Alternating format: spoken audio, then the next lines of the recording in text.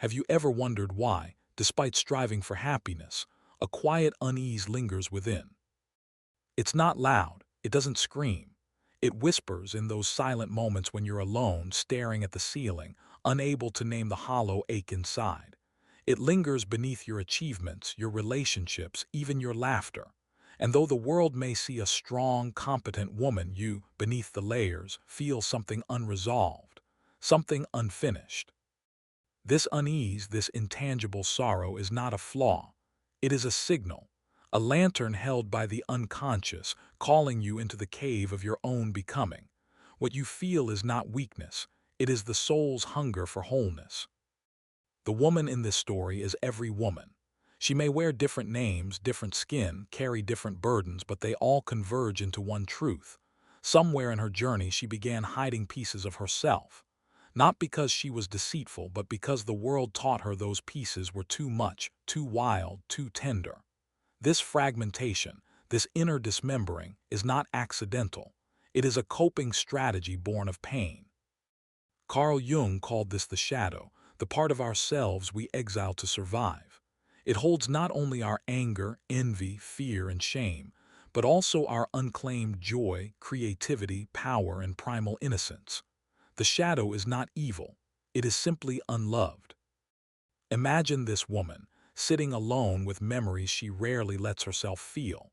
The mother who didn't protect her, the lover who left when she needed to be seen. The moment she first learned that to be loved, she had to shrink. These moments weren't just events, they were initiations into a survival mode that demanded self-abandonment. But there is another force stirring in her now, one that will no longer let her numb. It's subtle at first, a weariness in the soul, a resistance to being silent about her pain, a quiet revolt. And that right there is the beginning of healing, not the fix, not the cure, but the sacred rebellion against her own forgetting.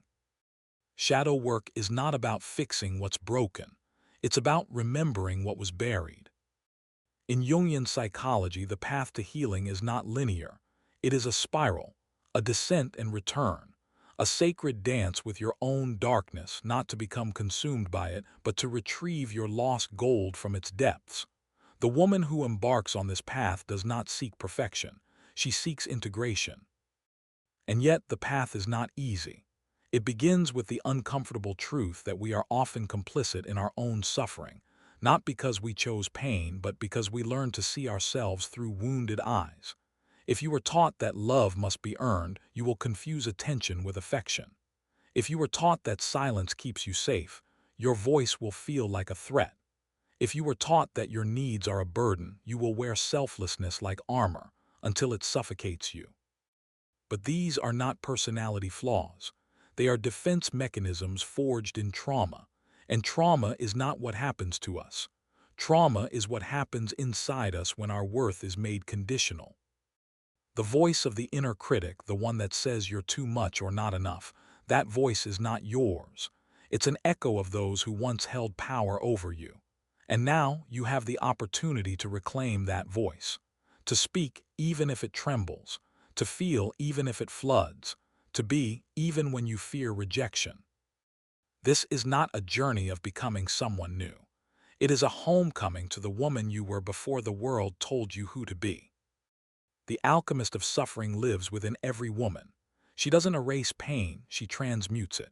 She takes shame and makes it wisdom. She takes fear and turns it into fire. She walks barefoot into the ashes of who she was told to be and gathers the bones of her lost self, bone by bone, until a new wholeness emerges. Not the girl who was broken, not the mask she wore to survive, but the woman who has learned to hold both. Healing is not glamorous. It will ask you to grieve things you never let yourself admit were lost. It will ask you to forgive, not for them, but for the prison you keep yourself in by holding on. It will ask you to face the loneliness you've kept at bay with busyness, performance, and pleasing. But beyond that, it will offer you something holy, the sanctuary of your own self-acceptance. You may wonder, where do I begin? Begin by noticing when you abandon yourself, in a conversation, in a relationship, in the mirror. Begin by listening to the anger beneath your smile, the sorrow behind your strength. Begin by asking not, "What's wrong with me?" but "What have I learned to hide in order to belong?" Because you were never too much. You were never not enough. You were simply taught to fear your own fullness. In reclaiming your shadow, you reclaim the power to choose, not from fear but from freedom. You will no longer say yes when your soul whispers no. You will no longer settle for fragments of affection when you are worthy of devotion. You will no longer shrink to be safe. You will expand to be sovereign. And sovereignty begins with truth. So here you are, not broken, not lost, but awakening. And the shadow you've hidden, she's not your enemy, she's your compass. She begins to feel the slow unfolding, like the first breath after a long submersion beneath silence. Not a scream, not a breakthrough, but a steady pulse, a heartbeat rediscovered in the quiet of her own presence. This is the phase of awakening where the woman no longer seeks permission, not from lovers, not from family, not even from herself. Instead, she turns inward to face the guardians of her internal prison, fear, shame, and the myth of unworthiness. These are not demons to destroy, but exiled children to welcome back home. In Jungian terms, this is where the process of individuation begins. Individuation is the soul's movement toward wholeness, not by denying the fractured parts, but by integrating them. It is the sacred reconciliation between the self you present to the world and the self you've kept hidden, and it begins when the masks grow heavy. The woman walking this path often senses a fatigue she cannot explain. No matter how well she performs, how many roles she plays, a weariness clings to her bones. This is not depression, it is spiritual exhaustion, a call to drop the facade, to rest not in numbness but in authenticity.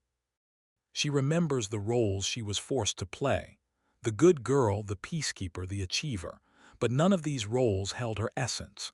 They were survival strategies, ways to earn love or at least avoid abandonment. In the process, she learned to abandon herself. Now, in the stillness of individuation, she begins to hear a voice she once silenced, a voice that speaks not in commands but in longings. It doesn't say, "You must," it asks, "What do you need?" This voice belongs to the wounded inner child, the part of her frozen in time, still waiting to be chosen, held, and believed, not by the world, but by the woman she has become. Most people misunderstand this archetype. They reduce it to sentimentality or oversimplify it as healing the past. But the wounded inner child is not a memory. It is a living archetype, active in the present. It is the part of her that panics when she's ignored, that over-apologizes when she takes up space, that flinches when loved too gently, because love once came with punishment. To meet this part is to reclaim self-worth at its root. Not the version of worth tied to achievement or desirability, but the sacred worth of simply existing. The kind of worth that cannot be diminished by rejection, failure, or trauma. The kind of worth that doesn't ask, "Am I good enough?" but declares, "I am." And this is where the ego begins to dissolve, not in annihilation, but in surrender. The ego is not the enemy. It is the scaffolding of identity. But healing requires us to soften its grip, to stop defending the false self we built to survive and start embodying the true self we've hidden out of fear. The ego says, "I must control." The soul says, "I trust." This shift is terrifying. It feels like dying because part of her is, the part that needed constant approval, the part that avoided confrontation at the cost of truth, the part that smiled through betrayal. These identities fall away like old skin, and beneath them something tender emerges, presence. It is here she begins to understand that healing is not about fixing the wound, but learning to live from it with compassion. Stoic philosophy tells us that we cannot control what happens to us, only how we respond. Jung would agree, external circumstances are mirrors, not masters. The true battle is internal. The true freedom is the release of identification with pain. Imagine this woman sitting in meditation, not with perfect posture or an empty mind, but with tears in her eyes and a trembling breath. She is not trying to ascend. She is learning to descend without shame. She meets her fear. She meets her grief. She meets her rage. And she doesn't run. This is what resilience looks like. Not the absence of pain, but the presence of self in the midst of it. When she feels unworthy, she no longer fights the feeling. She asks it gently, "Whose voice are you?" And often the answer is not hers. It is her mother's unmet sorrow, her father's silence, her culture's expectations, her past lover's projections. None of these voices belong to her. One by one, she returns them. What remains is quieter but more real, a whisper of knowing, a felt sense of sovereignty, a woman standing in the ashes of her former self, unashamed of the fire that brought her here. And yet, healing is not a destination. There is no final breakthrough, no absolute closure. There is only deeper embodiment, a commitment to remain present with the self she once feared, a vow to no longer betray her own soul for comfort, applause, or belonging. And so she asks herself a new question, not "Who am I?"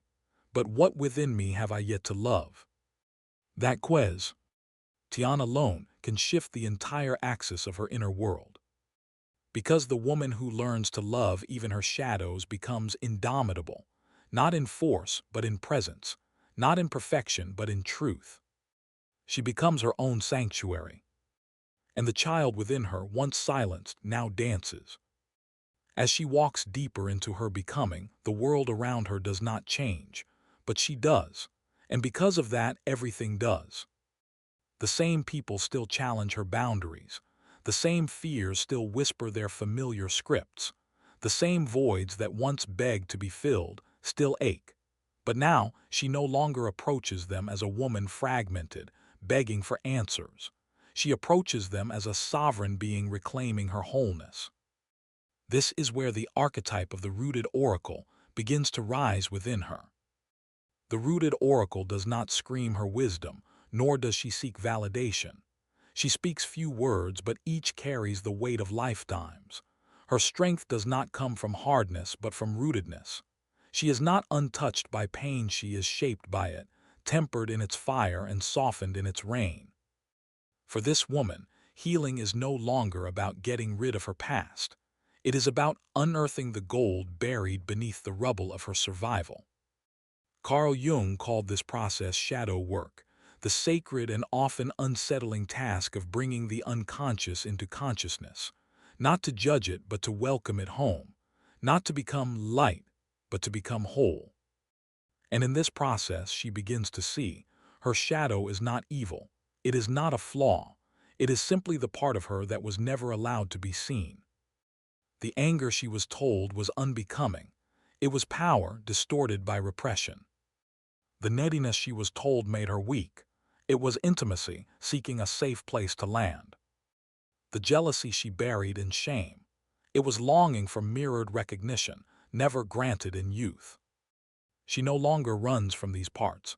She gives them voice, space, and context. This is what transformation actually looks like. Not a glow-up, not a highlight reel, but the quiet alchemy of becoming someone who can sit with her pain without trying to escape it. She learns that shadow work is not about fighting darkness, but about expanding her light wide enough to hold it. And in doing so, she notices something strange. The more she accepts her shadow, the less control it has over her. The perfectionism eases. The compulsive apologizing wanes. The endless chasing of worth slows down, until stillness feels like safety, not threat. Her worth is no longer up for negotiation. And this terrifies those who once fed on her doubt. The world may resist her reclamation, for it benefited from her smallness. But she no longer shrinks to soothe others. She no longer trades authenticity for approval. Because she now understands, self-worth is not a result, it is a return. It is a remembering of what was always true, long before the world convinced her otherwise. And yes, there are days when the old beliefs rise again. days when her inner critic sharpens its voice, whispering, "You're still too much or not enough." But now she responds with discernment, not self-destruction. She knows the inner critic is not her enemy, it is the internalized voice of protection, a misguided guardian forged in childhood, trying to keep her safe by keeping her small. She thanks it for its service and releases it. In its place, she chooses the voice of her inner sanctuary keeper, the one who speaks gently, stands firmly, and never abandons her own needs to secure someone else's comfort. And from this rooted center, she begins to make different choices.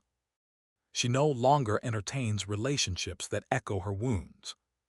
She no longer tolerates breadcrumb love. She no longer says yes when her body screams no. Instead, she honors the sacred no, the boundary that protects her becoming. And she begins to trust the quiet yes, the instinctual pull toward what feels true, even if it doesn't make sense to others. This is what reclaiming self-worth looks like. 1,000 micro-decisions to no longer self-abandon. A quiet revolution, fought not in public, but in the sacred privacy of her internal world. And yet there's a strange grief in healing, because as she rises, parts of her life fall away. Some friends distance, some lovers fade, some identities crumble. And it hurts, but she now sees that letting go is not a failure. It is a rite of passage, a shedding of what no longer serves the woman she's becoming. In the void left behind, she finds something more enduring than belonging. She finds alignment. No longer chasing worth, she attracts resonance. No longer proving herself, she expresses herself. No longer surviving, she is finally living. And it is here, amidst the ashes of the old self and the quiet bloom of the new, that she begins to understand the paradox of healing. The wound was never a punishment. It was the portal, a sacred initiation into deeper feeling, deeper knowing, and deeper being. And so when the world tells her she's too sensitive, she smiles, because sensitivity, once a curse, is now her compass. It tells her what's true, it tells her what's real. And when she falters, as she inevitably will, she no longer spirals into shame. She holds herself, she breathes, she remembers. She is no longer healing to become lovable. She is healing because she already is. And that kind of woman, fully met, fully known, fully claimed, cannot be controlled, commodified, or ignored. She is not light to be chased. She is fire to be reckoned with. But even fire needs tending. The woman on this path begins to understand that liberation isn't just about breaking chains, it's about learning how to live unbound. And that, too, is a challenge. Because when you've spent your whole life building yourself around survival, safety often looks like self-abandonment. Freedom, at first, feels like disorientation. And so she must learn what no one taught her. How to live without numbing. How to rest without guilt. How to feel without drowning. How to love without losing herself. This is where the next phase of individuation begins, not in heroic effort, but in sacred integration. Carl Jung taught that the goal is not perfection, but wholeness, to hold contradiction without collapse, to allow light and shadow to coexist within the same breath, to no longer confuse discomfort with danger. And so she meets her discomfort as a teacher. She learns to sit in stillness when every impulse begs for distraction. She lets herself be seen, flawed, unfinished, without fleeing the exposure. She allows joy without waiting for the other shoe to drop. She learns to hold grief without making it her identity. It's here that something profound happens. Her nervous system, once ruled by trauma, begins to trust safety. Her body, once armored, softens. Her heart, once guarded, opens. Not because she was fixed, but because she stopped believing she was broken. Now she lives differently. Not louder but truer. Not fearless but brave. Not constantly seeking, but simply being. And the people around her, they notice. Some are drawn to her authenticity like moths to flame. Others recoil from her boundaries, unable to manipulate what they can no longer confuse. But she no longer shapeshifts to maintain connection. Because connection that requires her to fragment is not connection, it's captivity. In healing, she has resurrected an inner sanctuary, a place untouched by external chaos, a place she returns to again and again, not to escape life but to move through it with presence and power. She recognizes that her worth is not found in how others perceive her, or in how perfectly she performs her healing. It's found in her right to exist exactly as she is, even in moments of contradiction. Because healing isn't a straight line. Some days she roars, some days she weeps. Some days she shows up radiant. Other days she barely shows up at all. And all of it is sacred. This is the power of the resilient phoenix archetype rising within her.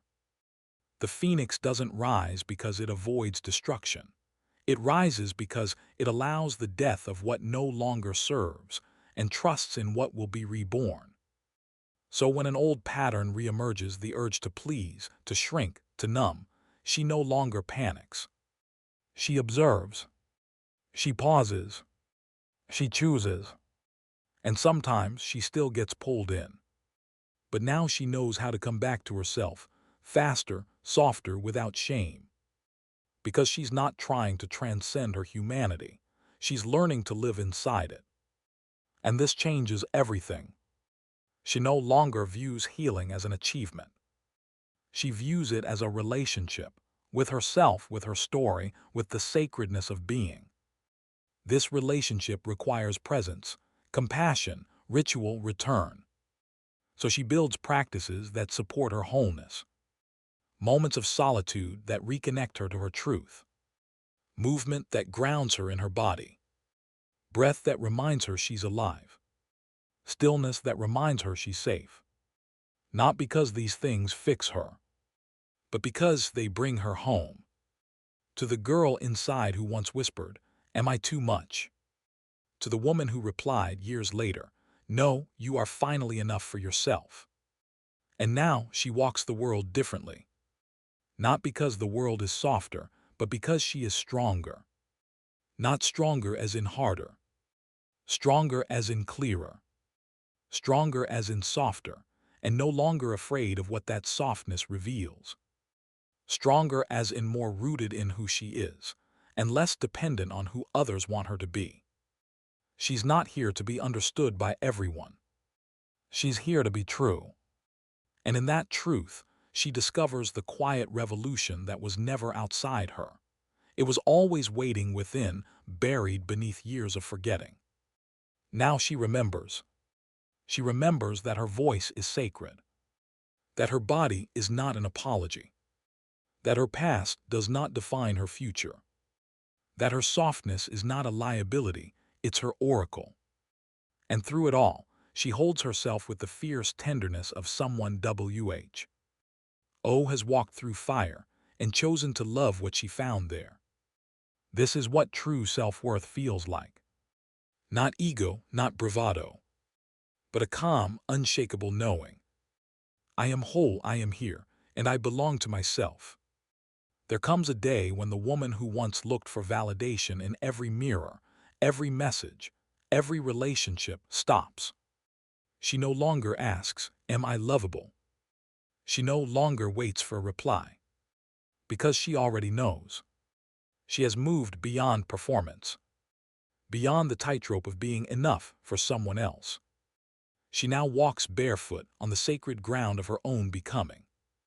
This is the final rebirth, not into perfection but into presence. Carl Jung once said, "The privilege of a lifetime is to become who you truly are." And this woman has claimed that privilege, not by reaching some flawless pinnacle, but by allowing herself to evolve, to shatter, to rise again and again. She has faced her shadow, the fears, the shame, the smallness, and instead of exiling it, she offered it a seat at her fire. Not to indulge it, but to integrate it. Because wholeness is not the absence of darkness, it is the embrace of it. The wounded child within her has stopped screaming for love in all the wrong places. Not because the wound vanished, but because the woman stopped abandoning her. Now when the old ache whispers, "Don't you dare be seen," she replies, "You are safe with me." This is how healing echoes forward, not just in her life, but in every life she touches. In every boundary she holds with clarity. In every truth she speaks without apology. In every tear she honors instead of hides. She becomes the mirror that reminds others what's possible. That trauma may shape us, but it does not define us. That pain may scar us, but it does not own us. That worth is not earned, it is remembered. And in her remembering, she becomes the rooted oracle, the woman who no longer seeks permission to be whole. She walks gently but never small. She loves fiercely but not to be chosen. She speaks clearly but never to convince. She belongs to herself fully. And in this belonging, she begins to dream new dreams. Not survival-based dreams, but soul-based visions. Dreams that aren't about proving anything, but about expressing everything she is. She starts to live creatively. Not necessarily as an artist, but as a being whose very presence is an act of creation. Every word, every boundary, every silence, every no, every yes, sacred brushstrokes in the masterpiece of her becoming. Now when she looks back at her past, she doesn't flinch. She sees a lineage of resilience. She sees 1,000 deaths that gave birth to this moment. She sees not a broken girl, but a woman forged by fire. And she honors them both. The girl who survived. The woman who chose to thrive. She honors the heartbreak, not as a punishment but as a portal. She honors the loneliness, not as failure but as initiation. She honors the shame, not as a stain but as a map, pointing her back to her worth. Because that's what healing is. It is not forgetting. It is remembering, bringing the lost parts home. And when those parts return, when the child, the warrior, the lover, the sage, when they all return to her arms, she becomes something ancient and eternal. She becomes the sanctuary she always sought in others. And from that place, she rises once more. Not like a phoenix this time, but like a woman who remembers. She remembers her wholeness. She remembers her rhythm. She remembers her voice, her value, her vastness. And from that place, she whispers, not to the world but to herself, "I am no longer afraid of my own light." She walks forward not to escape the past, but to express the truth she fought so long to reclaim. That healing is not becoming someone new. It is returning to who you were before the world taught you to forget. Let this be her legacy. Not perfection, not applause, but presence. The kind that softens rooms, that breaks cycles, that births futures. The kind that says, "I do not chase love, I embody it. I do not perform worth, I own it. I do not fear the dark, I carry the light." So if you're listening to this, and something stirs inside, know this. You are not behind. You are not broken. You are not too late. You are exactly where your healing begins. Let this be the moment you stop shrinking. Let this be the moment you come home to yourself. And when you do, when you finally choose to stay, you'll hear the words that echo from within. "Welcome back, I've been waiting for you." Share the moment you truly began to heal in the comments below. The woman who claims her wounds claims her power.